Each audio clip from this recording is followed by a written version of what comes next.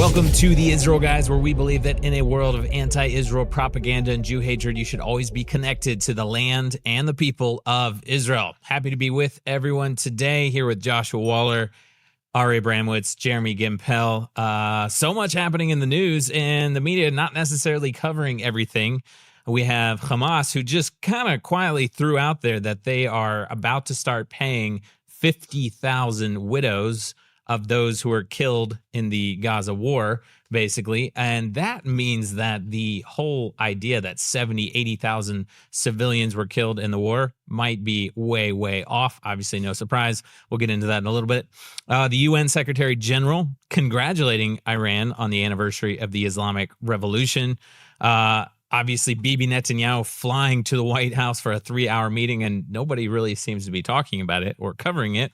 And I just found out that Israel is trying to vote to declare Qatar a public enemy of the state of Israel. And by the way, last year in 2025 alone, Qatar gave $1.2 billion to American universities. So, and a whole lot more than that. But where do you guys want to dive in today? What do you think? There's so much to talk about. I don't know. I think the UN being voted in to be head of the, what was that? They were put in it to be the vice chair of the UN Commission for Social Development. He's like, where's the world going? Iran. Yeah, Iran's going to be tagged. The UN is such a development, like developing new ways to hang protesters from cranes. like what are we developing? Social development. Yeah, I mean, on top of that, you guys were just throwing out the topics. I'm just also like, what is Iran doing? They're just like, it seems like they're trying to. Well, the U.S. is about to send a new America aircraft to carrier strike into the Middle East, as well. So, like, I mean, I think we should talk about all of this, but it seems like they're trying to like poke. They really want America to strike. It feels like I don't know what the psychology is behind it. Something's going on because the head of the UN congratulated Iran on the Islamic Revolution, with a terrorist organization overthrew the government, killed mass amounts of people, and now enslaved its nation. And they're congratulating this for the takeover of the Islamic Republic, which in other countries, they're deemed a terrorist organization. And Trump right now is about to like set the stage for an attack on Iran. Why is the UN congratulating him? It's almost like this globalist idea. The Tower of Babel is just about to come down. That's what it feels like. It is being anyone who has eyes of intellectual honesty and courage and any sort of moral compass is seeing the vapid futility and counterproductive evil within this globalist United Nations. And to continue that, I mean, one thing after another, to put them on the board of the social development and to it's like congratulating a tornado on the destruction of a town. Like imagine the people in Iran hearing this voice from the United Nations. You know, just having been mowed down, 50,000 of them mowed down in the streets, not a word from UN or Tucker Carlson, anyone about that, not a word. You know, it's just the hypocrisy is Tahira rich. woke up in the morning and she told me, like, you know, the UN could just congratulate Iran on this, like, the revolution of the Islamic Republic taking over the country. And she's like, why is the world so stupid? And I was thinking, I don't think it's stupid. I think it's evil. Like, there is a force within the world that really needs to be recognized, that they are an evil force. And the United Nations is the headquarters of this globalist evil regime that's right now really going head to head with Donald Trump. Trump is like positioning itself. He's positioning aircraft carriers in the Middle East. They are preparing for a strike against Iran. And at the same time, they're congratulating them. It's like a head-to-head clash, and Israel somehow is stuck in the middle. And I'll tell you what I think this is about at its core. And what brought this to my attention was last week's Torah portion, a portion of Jethro, right, where the 10 Commandments are given. And what are the 10? They say, the sages of Israel say that Sinai, the word sin'ah, the hatred for Israel, was really born or most intensified at Sinai, when we came into the world as a testimony, whether we like it or not, a living testimony that there is a God in the world who knows right or wrong, that there's an objective moral truth. And you see King Saul, and he's held to account. The kings don't decide moral clarity or right or wrong. Only God does. And for leaders like the United Nations and these globalist European elites, they want to be the deciding factor. They want to control. And that's what this is really about. This is a spiritual war, and that's why they're attacking the Torah, the Bible, and those that believe in it with such sinister, visceral vitriol. There's something else that's happening. Netanyahu just came to Washington, met with the White House. There wasn't any media coverage. That's, I think, something that needs to be noted and talked about. But what was publicized is his meeting with Marco Rubio ahead of time. He officially joined the Board of Peace. Right. And so Trump is trying to establish an alternative to the United Nations. We'll get back to the podcast in just a second. But guys, if you're not part of the Israel Guys member program, what are you doing? We have an amazing group of people who are part of the insider member group here at the Israel Guys. It's how you can support our work on a monthly basis.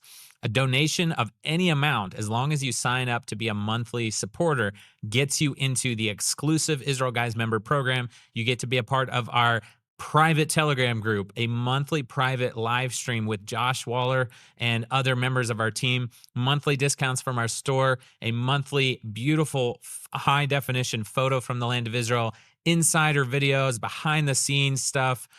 You can ask questions from our team, interact directly with us in the chat on the Telegram channel. Guys, it's so easy to join. You go to theisraelguys.com or click the link in the description below. Sign up for any amount as long as it's a monthly donation to our work. And this is how you can best support us. If you guys watch, everything we put out is free. But if you believe in our work, you believe in Israel, you can join our program. This is the best way to support the work of the Israel Guys. Go to theisraelguys.com or click the link in the description below. Thank you guys so much for your support. Back to the podcast. That's what's happening here. Like, there's the United Nations, and then there's the Trump administration. There's a new Board of Peace, and this new Board of Peace is somehow centered around Gaza. Like, that's what their first task is, to try to make order out of Gaza. So the truth is, when I look at the whole scheme of things, it all looks a little bit like an omelet, like eggs that have just been mixed in a bucket. And now it's like, all right, well, here we are. And I think that that's actually setting the stage for an apocalyptic global war, with Israel happening to be in the center of it. Well, that's what I'm seeing, because I'm seeing all the nations around, and they're like, bring it on. This week has actually been a little bit interesting, and there's been a lot of talk in Israel. Is this whole Iranian thing actually shifting in, not in Israel's favor? Is this turning to where, you have Ynet reporting senior Israeli officials saying there is a concern this is heading toward an agreement that is not good for Israel, basically. Right. Well, and the big thing is that, so that seems like the Iranians would be like, yes, we're winning this battle. We're shifting the mindsets in America to be for us and not against us. The Tucker Carlson voices are rising, and the people are starting to like, okay, maybe we're getting alignment with America, shifting American interests out of Israel and putting them more on our side. But at the same time, you think that as they're starting to win, then you see these big, huge rallies happening in the streets of Iran where they've got Trump on a noose. You saw that picture? I didn't see that. And then they got all the top. Yeah, that's what I'm going to get right here. We'll show it. And then they've got like, 1, 2, 3, 4, 5 coffins of top American generals on the parade. You're like, if you were to do one thing to Trump, take politics out of all of this and just let him see that picture, and there'll be a strike tomorrow. He's seeing the picture. Yeah, if he's seeing it, I'm sure he's seeing the picture, and he's seeing his top generals in coffins being. They're trying to provoke it seems like, which just doesn't seem natural. It doesn't seem real. You're trying to provoke the biggest, the strongest military on the planet to come and annihilate you. I'm like, what is going on? That's why these negotiations are so cynical. It's almost laughable that both sides know that there's no real negotiation happening here. There's no negotiation to be had. Do you know what's so weird is that Trump put out a tweet just after the meeting with Netanyahu. Do you have that tweet, Luke? I do, yeah. Yeah, I was going to read that. Well, just the last line is the most important one. But read the whole thing. Sure, yeah. So there was a 3-hour meeting. Bibi went to the White House. I think it was supposed to be 1 hour. Ended up being 3 hours. Seemed like it was very much like a work trip. It was closed to the press. I even heard Bibi use the back door to the White House, which has happened in previous administrations. It could have just been, this is all about work, or is it signaling something else? But I think this was his 7th meeting with Trump since Trump's term started last year. But Trump posted on his Truth Social afterwards, there was nothing definitive reached other than that I insisted that negotiations with Iran continue to see whether or not a deal can be consummated. And he said, if it can, I'll let the prime minister know that will be a preference. If it cannot, we'll have to see what the outcome will be. And then at the end, he said, additionally, we discussed the tremendous progress being made in Gaza and the region in general. There is truly peace in the Middle East. That's the part that really threw me. I threw me little too. I saw that. I was like, from what reality. are they saying? What is that? I mean, just the other day, the Hamas terrorists approached the fence in Israel. A helicopter was just launched at them. A tank was brought up. There's truly peace in the Middle East. There's never been so much American hardware in the Middle East as right now, at this very moment, in history. Have you heard this report that there's a report, I don't know if it's confirmed or not, saying that the U.S. may actually allow Hamas to retain some, quote, light weapons for the time being. So already they're actually saying we might not make them fully disarm, which obviously just leads us down the road where they're not going to require I just Hamas wonder, to do you disarm at all. think, I'm asking you guys and also our listeners and viewers out there, when Trump said to Bibi, when Israel was sending that final volley, I always think about that one scenario where Israel was about to finish the regime off, totally level them, and Trump said, turn around, and Netanyahu turned around. Does Trump regret that? Do you think he has the capacity to regret and to self-reflect in that way? I'm not anti-Trump. I'm not anti-him at all. Trump doesn't strike me as that type of individual, but that's just my opinion. Because that was the opportunity to do it, and I don't understand why he turned Israel around. I don't know what it was. I guess it was the moment didn't arrive yet. You know, talking about big things that are happening on the, we're just throwing a lot of topics right now, but also on the Jordanian border, talking about peace in the Middle East. There's peace in the Middle East. You know, there's truly peace. Truly. You know what truly is happening is Tucker Carlson on the Jordanian border? No, well, that too. That definitely wasn't peaceful. But that was a big ruckus that started this last week. On the Egyptian border, there's been a mass. 2 times this last week, there was the white trucks, just like as we saw on October 7th kind of style thing, and a mass IDF confrontation, quick response, helicopters, all this stuff, right to the scene.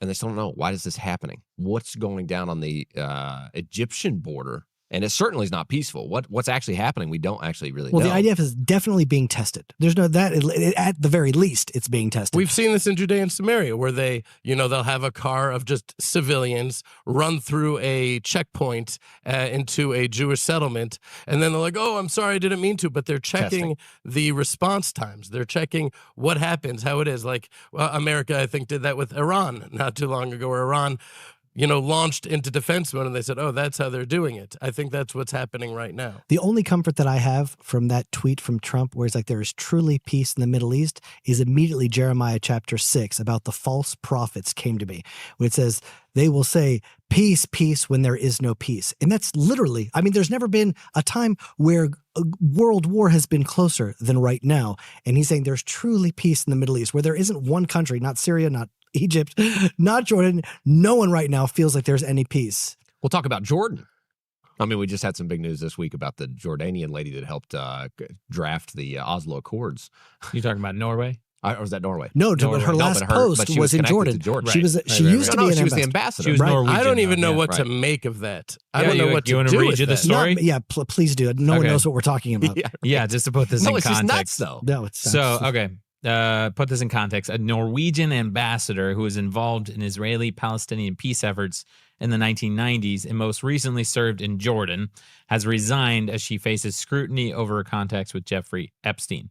So, long story short, is she was forced to resign this week just after she was suspended as Norway's ambassador to Jordan.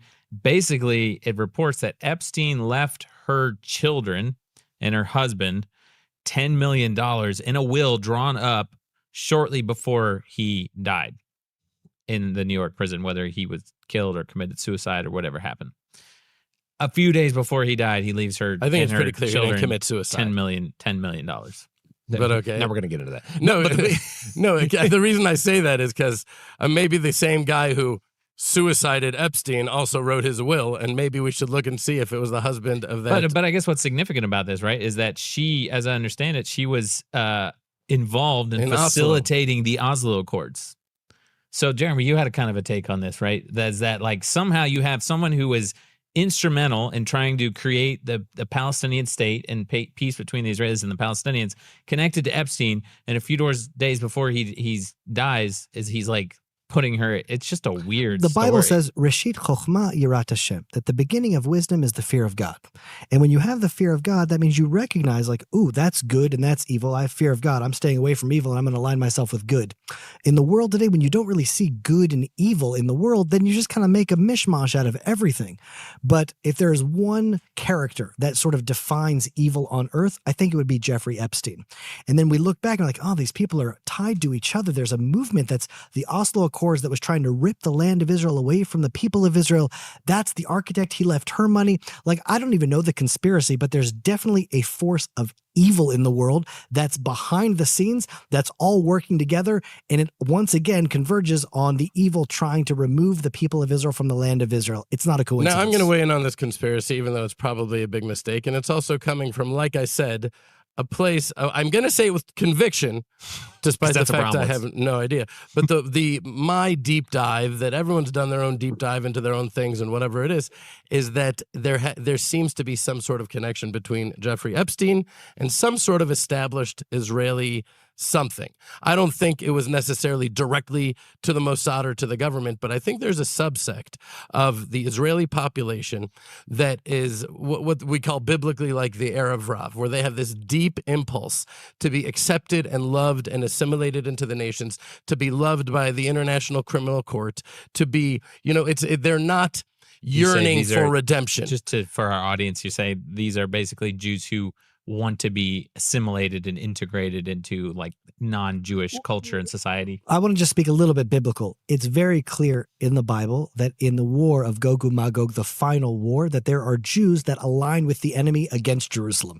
So it's not really a Jewish thing and a non-Jewish thing. It's like, no, there's Jews that align with the enemy and there's enemies that align with the Jews. And there's like different forces. And it just is only going to come down to, it's not a Jewish thing or a non-Jewish thing. It's going to be a God thing. Yeah. But there are Jews that are aligning with the enemy, working with the enemy, right, on the side of evil. We have seen this eye to eye, front and center in our settling of the deepest settlement in southeastern Judea, because the prophets say that there's no greater sign of redemption than the hills of Judea turning green and giving forth their fruit. And so that has been a big part of our life's mission, and I'm so grateful for it. But there's this huge resistance from even within our own people it's called Peace Now. And they are funded tremendously by foreign governments and anti-Israel leftists from around the world. And their whole mission is to uproot Jewish life in Judea in the hopes of endearing themselves to these cosmopolitan, smug, European, Jew-hating leftists and being loved by the nations of the world by throwing their own brethren under the truck as antiquated, backwards, religious, tribalistic, whatever. And so there is that segment within the Israeli society that is what we would call the mixed multitude. I don't know what they are, whether they're not. I'm not saying I know all of that, but I do know that the Oslo Accords was birthed from that idea of allowing Western Europeans to project their values on the Middle East and think that they're going to bring any sort of peace or resolution to the conflict here. Not that that was even their intention, but of course it just brought more bloodshed, Jewish bloodshed, as a result of that. And so we see, who do we have? Any Israeli knows that one of the paradigm examples is Ehud Barak.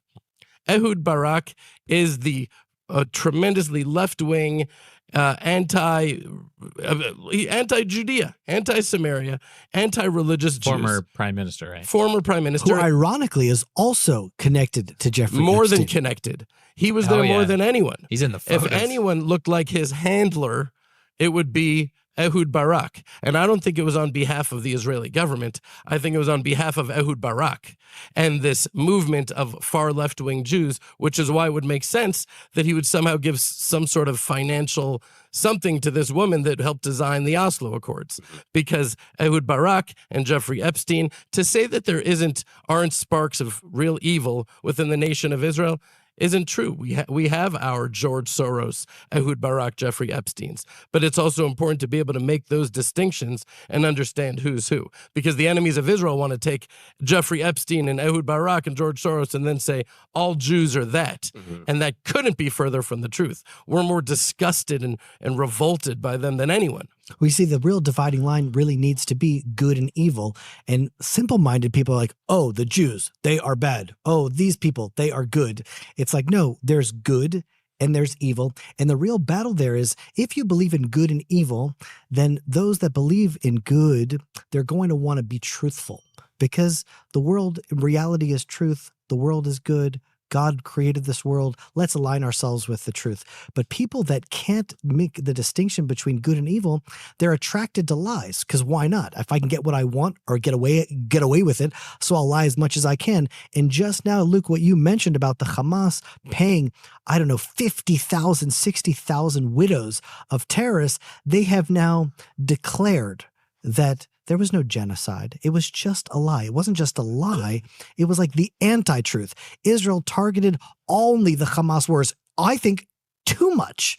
They put our own soldiers at risk just to try to only attack the combatants, and we were being blamed for genocide. It's like they lie and manipulate, and it's Israel's job here is to expose evil for what it is, because it's a lot easier to recognize evil and say, that I know intuitively, that's evil. And when you recognize evil, then there has to be the opposite of evil, which is good. And that's why Israel constantly is sort of a light unto the nations, because we attract evil to us all the time. Right. If we don't voluntarily step into that role of being vessels and vehicles through which God broadcasts his blessing and light and Torah to the world, if we don't do that, we're still going to be a light, but not through us. Rather, it is reflected off of us, because the evil that comes at us will then therefore create this paradox or this foil through which that light is broadcast. So I think that's what this is all leading us to do, to rather than be mirrors that the light is reflected off of, to be vessels through which it is channeled. Yeah.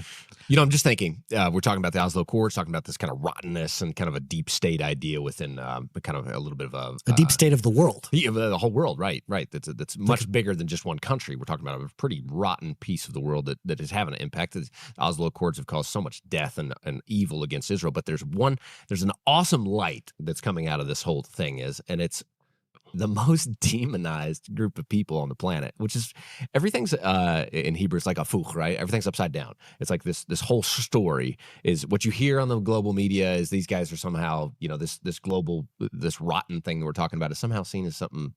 They're saving the planet with climate change. Yeah, that whole story. And they're creating these peace deals, and they're, Oslo Accords, and they're getting, everybody involved with Oslo Accords is applauded on the world stage, and they're given peace prizes and whatever, all these amazing things. Well, who's the most demonized group in the whole planet? Settlers, but even more so, dig it down. Maybe you guys are going to hit where I'm going here. Who's settlers? But what kind of settlers are the most demonized? Hilltop Youth. Yeah, what are they doing? Settling the land by just farming, and shepherding. Watch this video. I just saw it this week. The most demonized group of settlers, Jews of the world. You want to just pull it down. You guys are exactly right. It's the Jewish pioneers settling the mountains of Israel, just in accordance with Abraham, Isaac, Jacob. They were all shepherds and pioneers on the same land. Yet this is the most demonized group of people on the planet. Yeah, yet the reality of them coming back to their land is what puts the fear of God in all the enemies.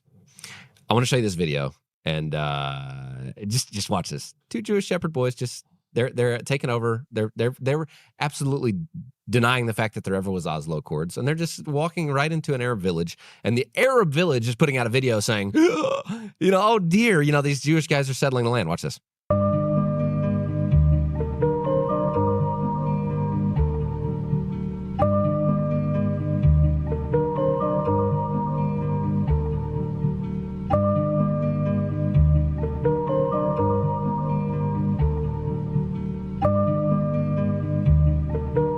So here it is, the most demonized group of folks in the world. Two little Jewish shepherds bringing their goats into an area that they haven't been before. And the Arab village is scared to death that the Jews are back. And well, just to boil it down, literally, it's Jewish shepherds grazing their, cows? Goats. Or goats on open land. But the story that will appear in the media is stealing violent land. Jewish, violent settlers taking over Palestinian land and, occupation. And this is outside the village the reality. of Der Dubuan, which is a historically radical Islamic town that harms and kills Jews every chance they get. It's a very rowdy I was town. expecting when I watched that video, what's the catch? How is this going to end? And Oh, it it's just literally just walking ends with a shepherd walking with his sheep. And I love that because really we just need to listen to them. We need to stop listening to American media and Tucker Carlson. We need to also listen just to them. Because what did they say? They called this the Al-Aqsa Flood. That was the name of their war against Israel. What, they attacked Gaza. Why is it called the Al-Aqsa, the War of the Temple Mount? Every home had a picture of the Al-Aqsa Mosque because they understood what this is about, that it's about the Jews bringing in the red heifers. It's about redemption. It's about God's presence in the world. That's what it's about. And so what they hate the most is that which is the most light. And that little shepherd walking with his sheep in the hills of Judea, that is what causes them the most anger and rage and hate, because that is bringing the light. What if we want to win this war? And by the way, Let's do it this that's way. a fulfillment of prophecy right there. Because the prophets talk about the Jewish people coming back to the land, and specifically talk about the mountains of Israel where they are coming back to life. And they talk about the sheep and the goats and the cattle and the agriculture all coming back to life. And so you could boil it down. Basically, this is, Jeremy, your line is that the fulfillment of prophecy and the Jewish people coming back to the land coming back to life, is what so angers the enemies of God and the enemies of the Bible.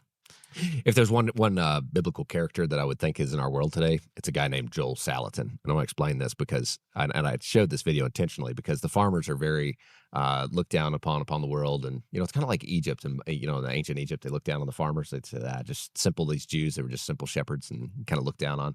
And there's one guy that is just rocking it. He loves the Bible. He loves God. He loves the Jewish people. His name's Joel Salatin. He's known as the world's most famous farmer. So he arrived yesterday, and he's going around to these shepherds who the farming industry here in Judea and Samaria and in the Golan Heights is still not yet fully sustainable. It's like the Jewish people it's a first generation attempt to come back to the land and establish their presence, resettle the land after thousands of years of desolation and destruction by enemies of God and the enemies of his people. And this guy, Joel Salatin, you mentioned Jethro, I believe, earlier.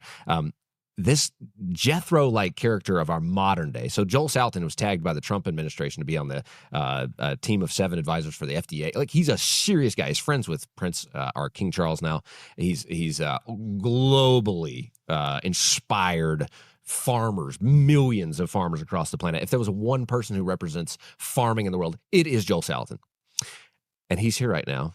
And he's coming to the Our Goat Farm for Shabbat. That's right. He's going to be there. I'll be there with him. You forgot to mention, we're hosting Joel Salatin. So we are not just in Israel. No, brought we to have a big Israel part to do this. by the Israel guys. And So. he is working together with these small, independent farmers that are just trying to settle the land, and he's going to the fields with them and teaching them just some basic farming practice that says, hey, do it like this, and you better watch. This is going to be the results. Can I tell you, that is Jethro 101 for our modern generation. That's exactly what I was going to say. What's happening right now, forget just the last few years. The past, since 1948 or even before, the return of the nation of Israel to the land of Israel, in the ingathering of the exiles in a way that is unparalleled in all of human history, that a nation that's been exiled in diaspora for thousands of years has returned to their ancient home, as the prophets have promised, and the revival of the Hebrew language, and all of the prophecies coming too. And then, since the launch of the war, as we're facing all of the 23 Arab states, 57 Muslim states, you would think that the world would look and say, the fingerprint of the God of Israel and the God of the world, he's with them, and we're going to stand with them. And instead, we see that there's 2 responses. They're not the real same Jews. Torah portion. Right. We'll get back to the podcast in a second, but have you guys seen the latest tumbler available at the IsraelGuys.store? It's the tactical green 20-ounce tumbler with the shredded Israeli flag motif, blue and white, Star of David. It says strength and shield, Psalms 28:7, inspired by that psalm. The Lord is my strength and my shield. My heart trusts in him, and he helps me. Guys, I want one of these, and I can't get it yet because I live in Israel, and these items are shipped from our warehouse in Georgia. But you guys can get the tactical strength and shield Israeli flag tumbler right now. I'm going to be jealous if you get it. So click the link in the description below or go to theisraelguys.store. Exclusive just for you. Get it now while supplies and inventory last. And now back to the podcast. One is Amalek. Yeah. One is Amalek, who is emboldened with rage and hatred. And it doesn't matter if the sea is parting, they're going to send their horse-drawn carriages into that sea. It doesn't, that is visceral, single-minded, blinding hatred. And that is one response. And the other is Joel Salatin and Jethro and you guys who sees the hand of God and says, I want to be a part of that blessing. It just it depends on the eyes with which you see it and the courage and the love you have for God, or whether it's not really a love for God. And that's why when I hear people like Tucker Carlson, he talks about his religion a lot. But I don't think it really comes from a true love for God at all. He weaponizes it to accomplish his own personal means. So anyway, well, to me, it's like there's the first and only promise made to Abraham, Isaac, and Jacob is the land of Israel. That's God's covenant with the people of Israel. And then the most prophesied event in the Bible that every single prophet speaks about is that one day, there's going to be an ingathering from around the world. And we're literally witnessing the Bible come to life. Every single prophet made this impossible claim that had never happened before, that will never happen again. It's happening one time, and either people can say, oh, that's a coincidence, those aren't really the Jews, or somehow write it off as something that's just quirky or a coincidence, or to actually see the living God of Israel active in the world and wanting to be a part of it. That's really what it's about. Yeah, I think that's amazing. And there's the dividing line is being really drawn right now with who. You should write a song about this. Yeah, I did. That was like 15 years ago. It still makes me tear up. It makes me tear up every time I hear it. I'm pushing for the re-release. Yeah, if anybody's still watching, the Israel guys that was watching us back then, you can let us know if you want a re-release of I Believe, Josh's one-hit wonder. There's a couple of stories that we kind of glossed over, and I think there's a really important story here. I want to make sure that our audience does not miss it, because when right after October 7th, immediately the numbers were being conflated, right? And everyone's saying Israel's murdering civilians.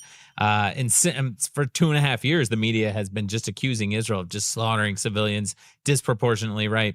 And we've always said, I know I've said it multiple times, guys, you got to just the numbers will come out, right? And my opinion and analysis is always that Israel will do their own analysis and they'll come out with very close to accurate numbers on how many people were killed during the war, how many were Hamas, how many were terrorists, how many civilians, et cetera, women, children.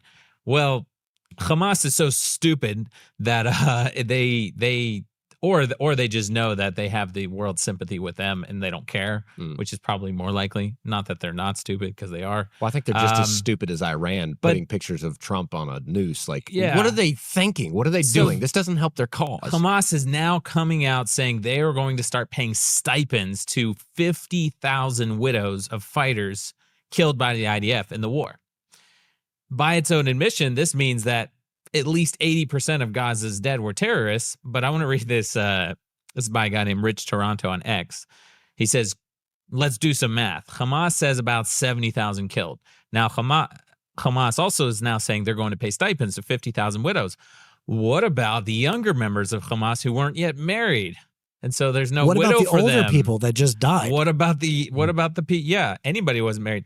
The reality is, you get down to it, how many civilians were maybe killed in this war? I mean, a couple There's thousand? Another question is how many civilians were there? Exactly. Okay, at all. Meaning innocent civilians. Innocent civilians. Then they're not civilians, right? The part of the idea of civilians, maybe I'm wrong. One of the first hostages that came out of Gaza, one of the first hostages that came out, she said there are no innocent civilians in Gaza. Right. I think all of them that came out said that. What's just really unbelievable is that we were talking about deporting them. We were talking about Gaza, El Largo. Trump is going to take over Gaza, build something beautiful, disarm the Hamas, remove them. And now we're talking about they can stay with light weapons, meaning they can just kill Jews, but their guns have to be smaller. Remember those points what is they made? A light weapon? This is what we will do. This was the AK-47? contract for it.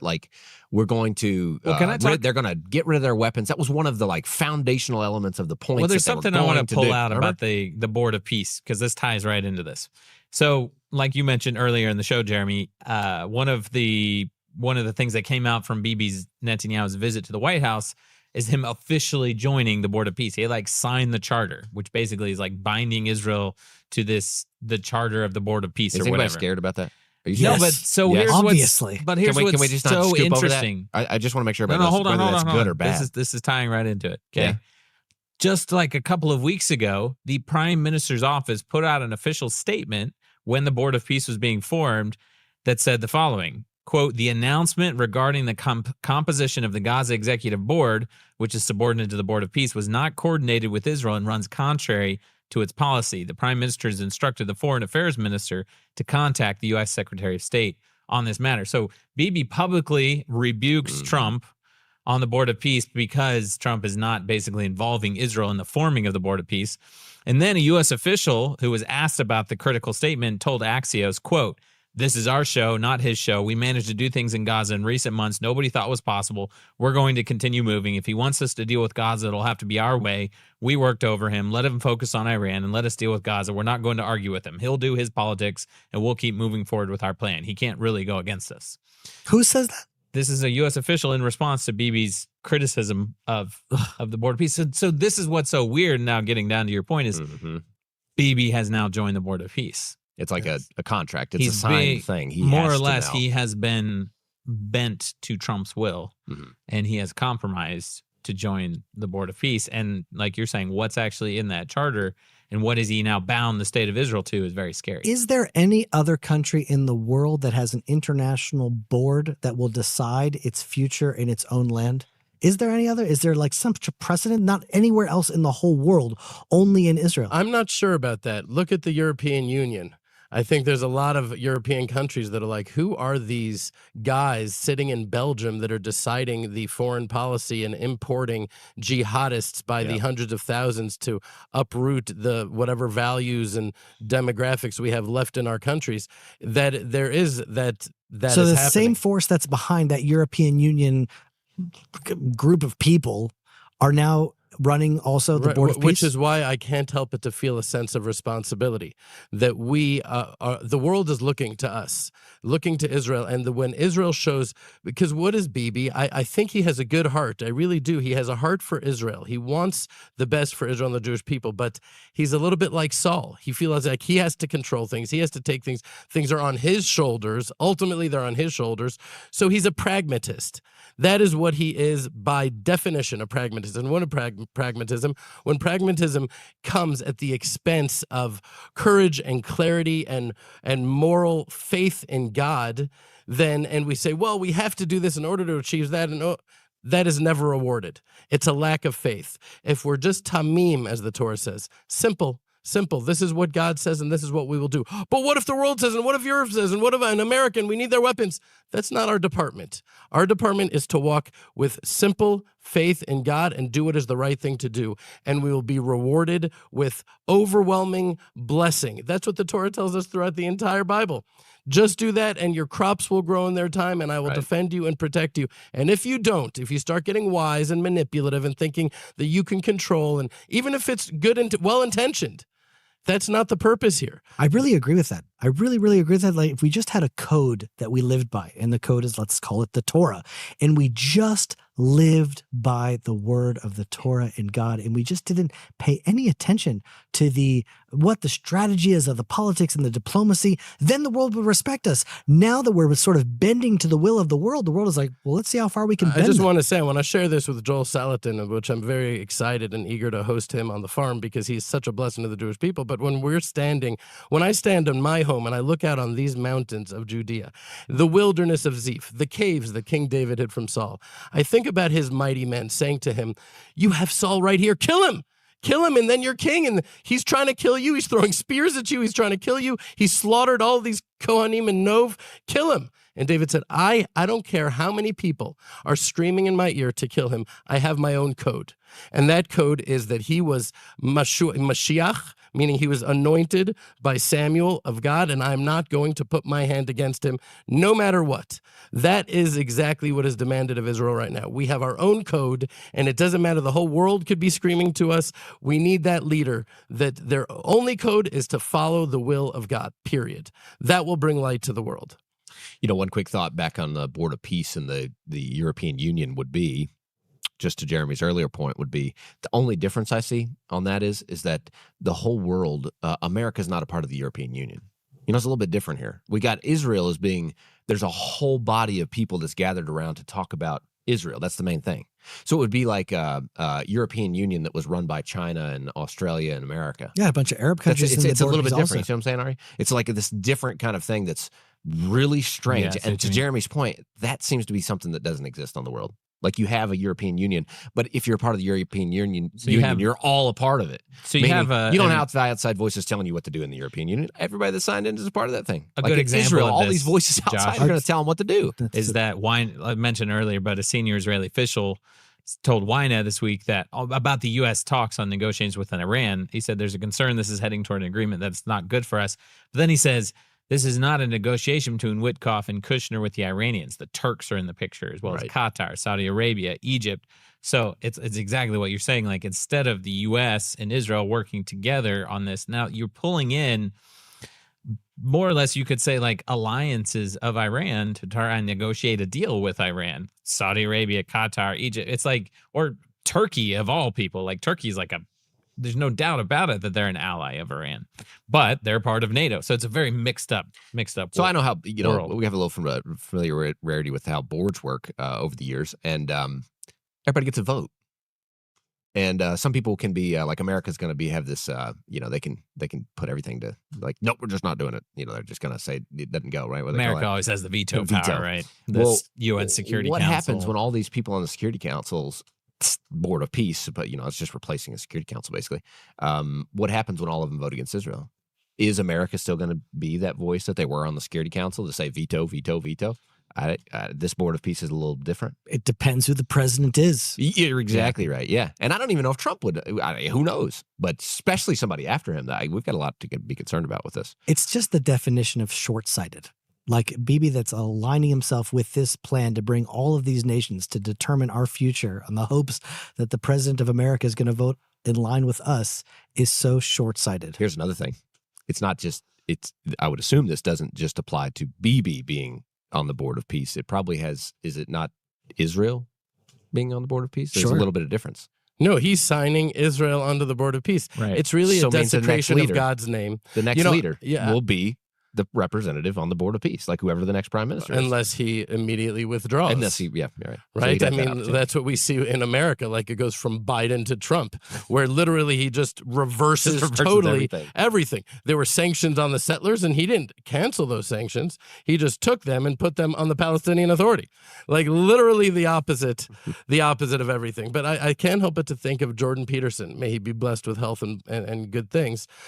He always talks about just telling the simple truth. If you tell the truth, then life is an adventure. Because what happens when you're not telling the truth? You're like, no, I know this needs to happen and that needs to happen. As if, what do you know of what needs to happen? When you just simply tell the truth, you're keeping the steering wheel in God's hands. And then it goes exactly where it's supposed to be going. And so signing onto the Board of Peace, it's just such a cynical, nobody on this Board of Peace believes that it's the Board of Peace. Trump says there's truly peace in the Middle East. Right. Right. I feel like we're at an impasse here as it comes to Iran and the peace and all this stuff, so-called and whatever. I think the ballistic missile program is an impasse because there's no way, and what I'm saying is that Iran's ever going to say, oh, we're just going to give up our ballistic missile program because we need that in our pocket to blow up Israel one of these days. They're not going to get rid of that. That's been their cry forever. So I think we're literally, as it comes to this struggle now with Bibi in these meetings with Trump, and Trump saying we've one already thing, seen that the U.S. said there will not be negotiations with Hamas unless they disarm, right? And now what's happening? Oh, we'll let them keep some light weapons. We'll let them keep their guns, maybe. So I can see it's a statement from Trump saying, no, they will not have nuclear weapons. They won't have ballistic missiles. Give it some time, folks, because we all know that compromise is like the number one thing that happens in politics. And it's kind of exactly what Bibi is. I mean, for all the good he's done, he's also known for compromising on a lot of issues. And he compromised just to stay in the good graces and allyship with the United States. I just said it would be an impasse, but I can also see that side where they just say, well, at least we got rid of the nuclear problem, and now we just have the ballistic problem. And look, this was a big win, everybody. This is a great thing. And now they have how many thousands of ballistic missiles pointed right at Israel to light any moment. I don't think that we're just going to give up on Iran. I don't think so. I think it's not a matter of if, it's a matter of when. It may happen tomorrow. It may happen in a month. It may happen in 6 months. I don't think that Israel is going to allow them to amass enough ballistic missiles to really cause, I don't know, that would be damaging. That would maybe be beyond repair. 2,000 ballistic missiles. We had 300 hit us, and that hit us pretty hard. Right. You know, a tuna has mercury in it, right? And so too much tuna isn't good for you. So I buy a lot of sardines, canned sardines. And I've been really on a health kick. I'm on the Judean diet, and it's good, and I'm sticking to the sardines, but I'm not eating them lately. You know why? Because I want to keep all the cans ready, that when that time comes, I have loads of canned food and bottles of water, because I have enough for my family, but I want to be able to be like a mashbir, like Joseph was, where I can bring it to you guys and give you guys, because are you prepping at all? You have anything besides sardines? Because I'm going to have a really hard time with that. I have a one. hard time Yeah, being your we friend. don't like sardines. Okay, well, Okay, I'm with you. I like sardines. They're good. I would take tuna if you had some tuna. Yeah. right. Okay, not if you too want the much mercury, you could be the Mad Hatter. But anyways, no, the point is that I'm not worried about that. I'm not worried. I'm worried about what's going to be happening, playing out into the entire world. When you read Ezekiel and you read the visions of the end of days, we're heading for very, very scary times. And it doesn't take some sort of apocalyptic, fear-mongering Armageddon prophesizer to worry about that. Like, the pieces are all lined up for any moment. It just happens. I feel like at this point, Israel's not that scared. Like, No. we've lived through 2 years. I just feel like, oh, okay, war with Iran. All right, well, we'll have to My only go into the concern shelter. about that is I agree with you that Israel is not scared, and that we have no justifiable reason not to be scared, other than the fact that we have seen throughout history that God is with us overwhelmingly when we have no reason to continue to survive. Not only do we survive, but we thrive. Mhm. My only concern is that some population in Israel may be so complacent and think that there's just something about us. It's our military, it's our defense, it's our technology. We just seem to be okay, that we just sort of see the manna falling, and we think that we're born into the desert, so we think that that manna falling is just nature, and we don't see the hand of God. You know, and so it's important to me. The reason I feel relatively calm is because, number one, I know I'm never leaving Israel again. I don't do your Israel summit. I'll be on Zoom. Okay. But so I'm not going to be stuck outside the country. And by the way, just as an aside, because my ADD is kicking in, our beloved friend and one of my greatest rabbis that I revere is Rabbi Yishai Fleischer. Mm-hmm. He was set to go on a speaking tour in America because his whole life is committed to the advancement of this Jewish story and bringing the light of God into the world. So he's about to go. And I said, Yishai, don't go. These are not the days to go, to be stuck outside of the country. He was right about to leave. And then a boulder, and I think it was Hebron, fell on his toe and broke his toe. And now he can't travel. And so to me, that is clearly a sign that every Jew and everybody that has the capacity to be here in Israel, Yishai broke his toe. Come to the Holy Land and stay here, because every book in the Bible says that the remnant, the Pleitah, will be here in Zion. This is where, although it's the eye of the storm and you think it would be the most dangerous place, it's actually the safest. Okay, everybody go to the You bets. heard it here first, folks. Go to the bets. Everybody's going to start betting on a strike now, because Yeah. What I heard is somebody that, betted $80,000 on a strike and it didn't Apparently, happen. there was like $4 million lost because somebody put a bet on Polymarket that the U.S. was going to strike Oh, that's Iran what it's called, Polymarket. the other night. But it had to be that night, and obviously it didn't happen. So I don't know who lost money, but I heard it was $4 million. There's another Polymarket thing that just came up about whether Trump will wear a yarmulke during the next calendar year. And it's like 30% chance that he will, 70% chance that he won't. I feel like somebody's getting really good at making money with this type of thing. Yeah. What would you bet? Let's just say right now. Let's come back a year from Did he now. wear a yarmulke? In the next calendar year. I feel like he probably wears a yarmulke at least once every year. Like he's got Jewish children and Yeah, to me, grandchildren. like, the and, answer is he's definitely going to wear one. People are thinking, is he going to go to Israel and go to the Western Wall? They're not Right. thinking, is he going to go celebrate Passover with his grandkids? Right? And so probably, I guarantee we just affected the Polymarket value of the because that's because of the definitely going big. millions of people that are watching the show. For sure. One more topic that we haven't discussed yet, and that is Indonesia sending 8,000 soldiers into Gaza. I'm not sure exactly why. Wait, is Indonesia part of the Board of Peace? It better be. I know. If it's like, sending it's 8,000 the- soldiers into Gaza, I would assume so. well, I would assume so too, but I just all of a sudden struck me. I don't remember them actually being signed on. So why are they? But why are they the first ones sending troops? Why? in? Why Indonesia? I don't think Israelis are even allowed to travel to Indonesia. Yeah, it's a that massive right? Muslim Barred, country. if you have only an Israeli passport, you are barred from entering Indonesia. And we're saying, oh, that's a country. Great, let's bring their soldiers onto our soil. Yeah, Sounds like along a with great idea. Turkey, let's bend Israel's arm to get Turkey in as well. Let's get a bunch of Turkish and Indonesian troops that obviously hate the state of Israel and the Jews.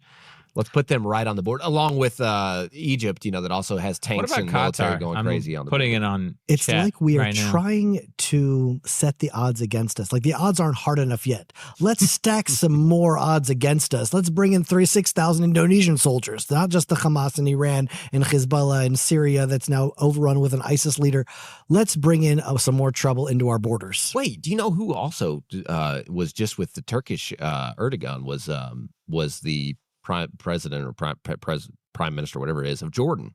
They were just together. Did you see that? I did. And that was concerning to me.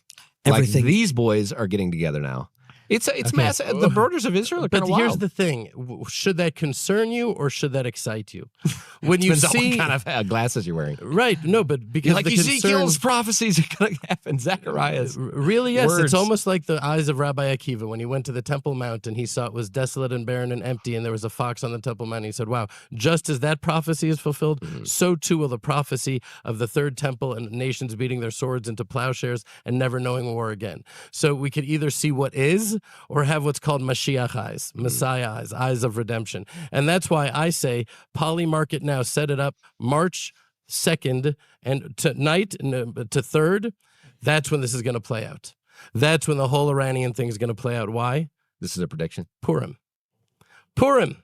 Purim is what it's about. The book of Maccabees is not in the Tanakh. Why? It's not that we don't believe it was true, but a prophecy is only included in the actual prophets of Israel in the Bible when it is relevant for the future. And so Purim is relevant for the future. It's not that it's a story that happened. It's happening and it will happen in the future. And that's when Iran, Persia decides it's now time to wipe out every Jew everywhere in the world. And what ends up happening? It ends up flipping on its head and being the spark that leads to the rebuilding of the temple. And that's what's going to play out. So it'd be cool if this actually happened on Purim itself. Well, I know that we're running out of time, so I really want to make sure that I get this topic in because it was talk about Purim. In, I think, the 8th or 9th chapter, it says that many from among the nations start becoming more biblical. They start living more like Jews. They don't convert to Judaism. It says mit yahadim. They just start acting more aligned with God, more aligned with the Bible. They just start living a more Jewish life. And you had a debate just this last week with 3 people saying, should non-Jews be learning Torah? Should Christians be learning Torah? I mean, I wasn't at the debate and it hasn't been publicized yet, but I really wanted to hear that because you said there were 3 sides to the argument and you were one of the sides. Yeah, so what happened initially is that a guy named Adam Eliyahu Berkowitz put out an article where he spoke about his fear and and alarm at these Christians that he felt like were appropriating Jewish rituals and customs and Torah and taking it in a different direction. You know, saying that we never say God's actual name. Number one, his actual tetragrammaton, the Yud Hey Vav, we are not even able to pronounce it, and that's the whole idea, that it's above pronunciation or comprehension. And he feels like they're doing all of these things. They're putting seat tassels on their belt loops, and they're doing a Pesach Seder, but they're saying that it's Jesus or whatever it is, and it's so alarming to him and concerning to him. And it's not that I disagreed with him, because what he wrote really did speak to me, how I grew up, being much more reactionary and on a defensive posture. But I feel like now in the land of Israel, that I've been here in Israel and in Jerusalem and in Judea, the prophets say what I'm experiencing, that when we return to the land, God will take from us a heart of stone and put within us a heart of flesh, that we'll have a circumcision of the heart. And a lot of that defensive, reactionary posture in my heart has been replaced with love and with blessing. And so I don't feel threatened by any of this. On the other hand, when I see someone wearing tzitzit tassels on their belt loops, I feel like an affection for them. You know, it's not easy. The prophets tell us that we're living in times where the nations will say we've inherited lies. It takes tremendous courage to come from many, many generations believing one thing and be able to shatter those idols and embrace something else. Redemption isn't going to be clean and smooth and easy and clear. There's going to be bumps along the way. It's going to be confused. And so our job is not to be judges. You have to do this, or policemen or censors. We're not here to be that. We're here to be a blessing and a light. So if nations want to come to us and ask us what we think and how to do certain things in the Bible, we're here to share it. And if not, then we bless them in their own journeys and their own struggles and their own wrestling, especially when it's coming towards us in some way, even if it's not in the way that we think it's the right way. And so that's what it was about. So there was Adam Eliyahu Berkowitz, say much more reactionary and really a sweet, wonderful man, a seeker of truth. And then there was John Enerson. How would you describe him? I mean, his essence. A Christian Zionist. A Christian Zionist. I think there's like a little bit more. But anyway, if you want to maybe send me an email, I could send you a link to it. If you want a link to this thing, ari@thelandofisrael.com. Send me an email and I'll send you a link to it. And so that's the idea. And so I really felt that Well, I don't understand. What did the regular Christian Zionist say? Well, he was sort of between the two of us. On the one hand, he was looking at Adam Eliyahu Berkowitz, and he was saying, I understand where you're coming from, and I share that sentiment, and I can see why you feel that way. And I'm trying to keep, it was so beautiful what he was saying. It was really touched my heart. He said, I want to connect with the Bible, but I'm not a Jew, and so I'm figuring it out. And the spirit of the Sabbath I keep, the spirit of the laws of eating I keep. Maybe not all the nuanced laws and intricacies and minutia, but I keep the spirit of it, and I actually think that is the vision. That's the vision, meaning the Bible and every little detail, just like I'm not a priest in the temple, and all of the laws of the temple and the priests simply don't apply to me because I'm not descended from Aaron. I'm not a priest. We are a kingdom of priests and a holy nation. We have laws that the nations don't need to keep and aren't supposed to keep. Those are for us in our specific role to be a source of light and blessing for the entire world. So I think we need to really start doing that, replacing all of the reactionary stuff with blessing. Even Iran. We should be blessing Iran. When the leader of Israel goes up to the head of the UN, we should be blessing the nation of Iran and the people of Iran with strength and courage to follow in God's ways. And doesn't mean that we're not going to go to war with them and wipe them off the face of the earth if they seek to even hurt the toenail of a daughter of Israel through their proxies or anything else. But it doesn't mean that we can't also empower and bless them to be I really good. want to add another voice then to that debate. I think that it is our responsibility to bring the Torah to the world.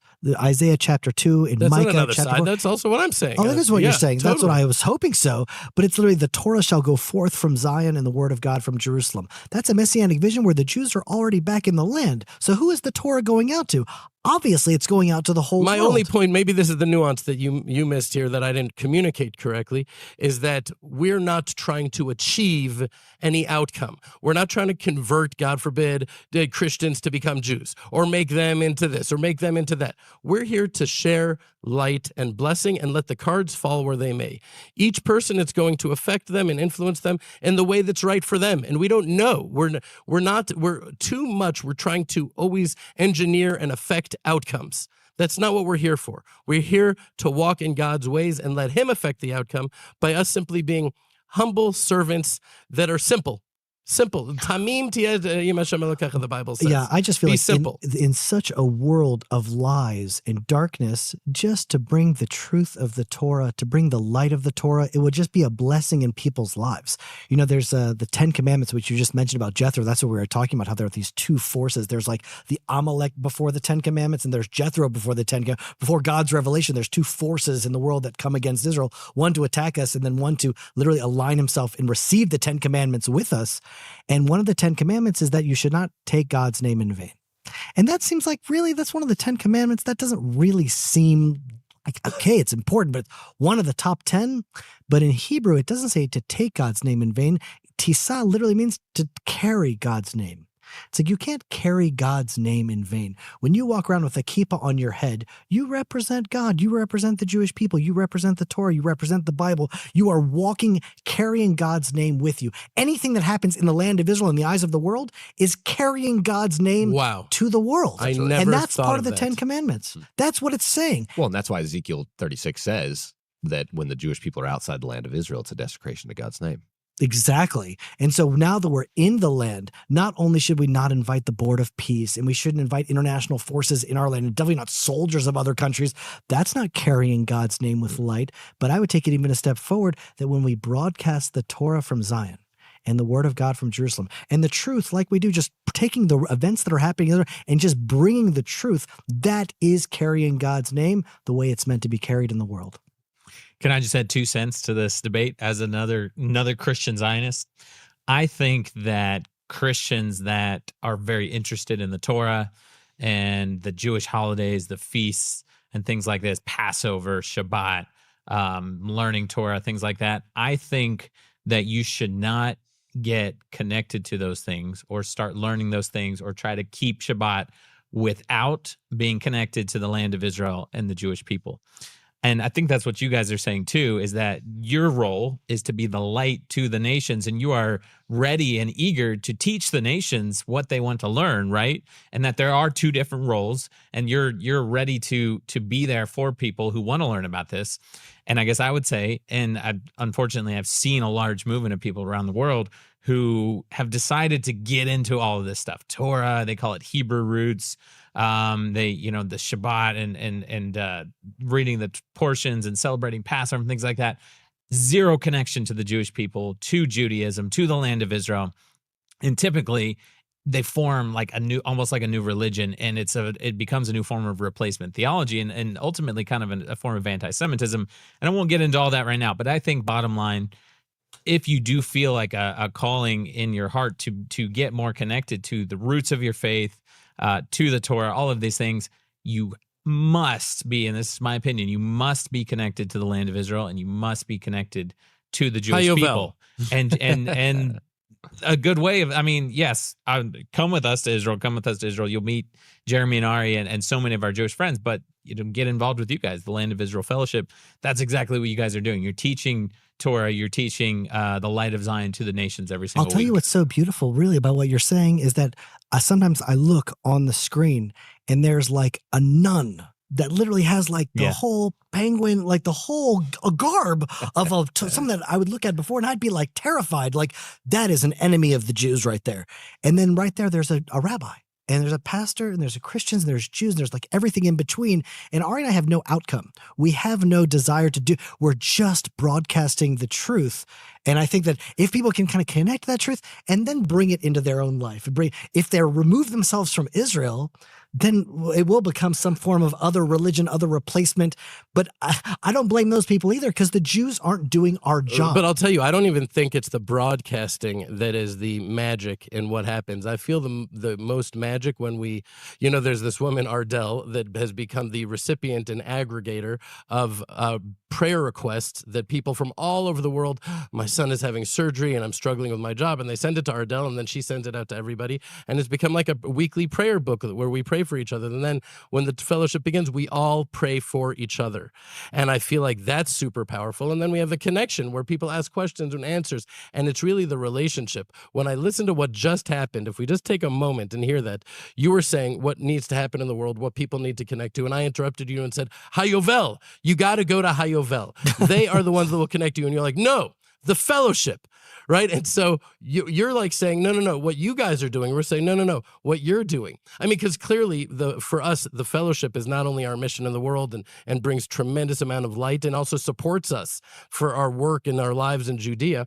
So clearly we would want to just be about that, but like, no, I actually want them to go to you. And you're saying, no, I want them to go to you. And that is a little microcosm, a little taste of the times of redemption, where we're just consumed with blessing each other and loving each other. And when we do that, then God takes care of the whole lot of us. Well, go ahead. Did I just hear that there's like a group that's coming right now on the Israel guys' trip to Israel? That's right. Yeah, next week. Wow. I just want you to know 45 people, I think. A group is leaving today. Like right after the show, we're going to meet with that group. And it's just every time that I meet the people that have come here to the land, they have a chance to meet the people and forge real relationships, meeting the people of Israel. They're going to go back to wherever country they came from, changed, because it's not just about seeing the sights. It's really experiencing the land for what the land is and the people for who the people are. And I just don't know any other tour in Israel that has that opportunity to work the land, meet the people. It's like such an encounter. It's not just another tour. Because then I look at these tours and they look like they're at the zoo. It's like they're at the Western Wall and like, don't feed the Jews. And then like, you're like, don't like, it's just like, they like wave out the window. But here it's like their hands are dirty because they're in the land, meeting the people. It's just beautiful. That's right. I just think it's so important with where we are in the world to bring clarity to those that love Israel, to connect to the Jewish people. Like I grew up, 6th-generation farmer in Tennessee, and we didn't know the Jewish people. We had a love for Israel, but we weren't connected. And when we got connected, it brought so much depth to our faith. It brought so much depth to the connection to Israel, so much so that now there would be no question in my mind to stand up for the Jewish people no matter what they were going through. I think there's so many people around the world that just don't have the connection. And so to come and to connect with the Jewish people, I always think about what Corrie ten Boom said after the atrocities that she went through and made the right decision to stand with the Jewish people. She said, those that knew the Jews saved Jews.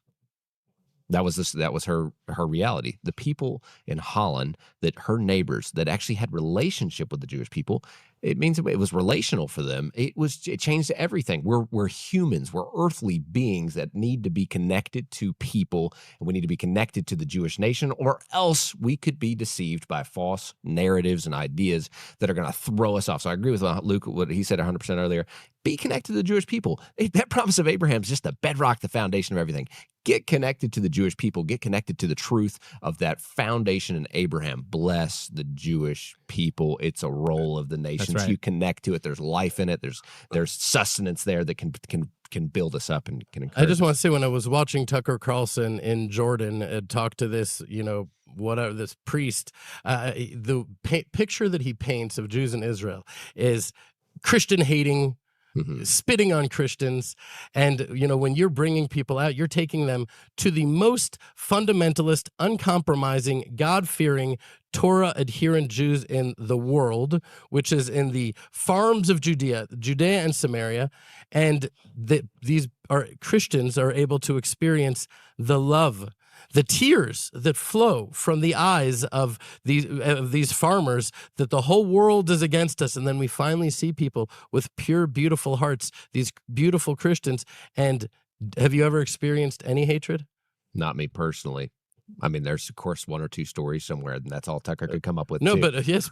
but also, he relates, somebody getting spit. The guy he was trying to. I want to address what you said there. I feel like there is like distance between Jews and Christians, even in the land of Israel, because the Jews have suffered 2,000 years of persecution. Right, that's where I was going to go. Under the hand of Christians. But the work that's being done here is actually bridging the gap. It's actually bringing a little bit more unity into the world. And as the world is trying to like separate everyone from Israel, separate people from the Jews, there's like a place where you can come and actually reconnect. And that's the real blessing. That's right. Well, guys, we're gone way over time, I think. But just for everybody that heard that and were like, I want into that. So join the Land of Israel Fellowship at thelandofisrael.com, and we'll put a link in the description as we do so often. Come on a trip with us, the Israel guys, at serveisrael.com. We'll put that link down below as well. I was just checking. A whole bunch of our trips are full or almost full for 2026. We're about to announce 2027 trips, but guys, set up another bus. Come to the Land of Israel. We are. Right. We're setting up more. And by the way, guys, before we sign out for today, we need your help sharing this show. The truth about Israel. Sometimes it's a struggle to combat the lies and the propaganda and the fake news and the mainstream media. We need your help. And the shadow banning. So who knows? Censorship, shadow banning. But so if you guys could help us by sharing the Israel Guys YouTube channel or whatever platform, social media you're on, share it with your friends. Text it to somebody, email it to somebody, tell your friends about it. They'll love it. And make sure you subscribe, guys. As always, stop listening to the lies and propaganda and connect with the truth of what's happening in Israel. We'll be back soon here at the Israel Guys.